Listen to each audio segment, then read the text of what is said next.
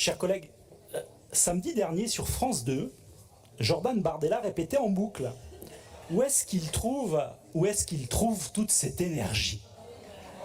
Une formule creuse, incapable de dépasser un marketing politique low cost dès qu'on lui demandait un fait, un chiffre, une réponse. La motion du RN est exactement de la même veine, un slogan répétitif, du bruit et parfois, on l'a vu encore beaucoup aujourd'hui, de la fureur. Rappelons un fait simple, la France importe massivement son uranium.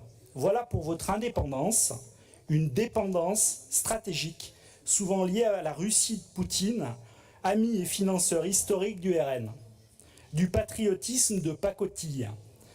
Vos incantations n'effacent pas non plus les réalités industrielles. Des centrales corrodées que l'on veut remplacer à l'horizon 2050 ou 2060. Des risques majeurs dans un contexte de dérèglement climatique et de pénurie d'eau, ce dont vient de parler le président d'ailleurs. S'enfermer aujourd'hui dans les EPR2 à coups de milliards, c'est aller à rebours de l'histoire, de la démocratie, du bon sens économique, tant le nucléaire est hors de prix face aux renouvelables. ENR, pour quel horizon, direz-vous? C'est maintenant, les ENR. Pas à la Saint-Glinglin en 2050 ou 2060, avec vos balivernes nucléocrates. Parce que c'est maintenant qu'on doit réussir la transition énergétique par la sobriété, par l'efficacité, par les ENR. Et oui, les énergies renouvelables créent bien plus d'emplois dans nos territoires et c'est très bien documenté maintenant.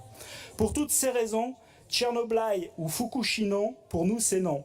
Dernier rappel, le nucléaire c'est 4% de l'énergie mondiale finale. Une énergie dépassée du passé. Alors la vraie question n'est pas où est-ce qu'il trouve toute cette énergie, mais bien où le RN trouve-t-il autant de vacuité? Et c'est in fine le résumé de cette motion radioactive, beaucoup de postures, très peu de fond.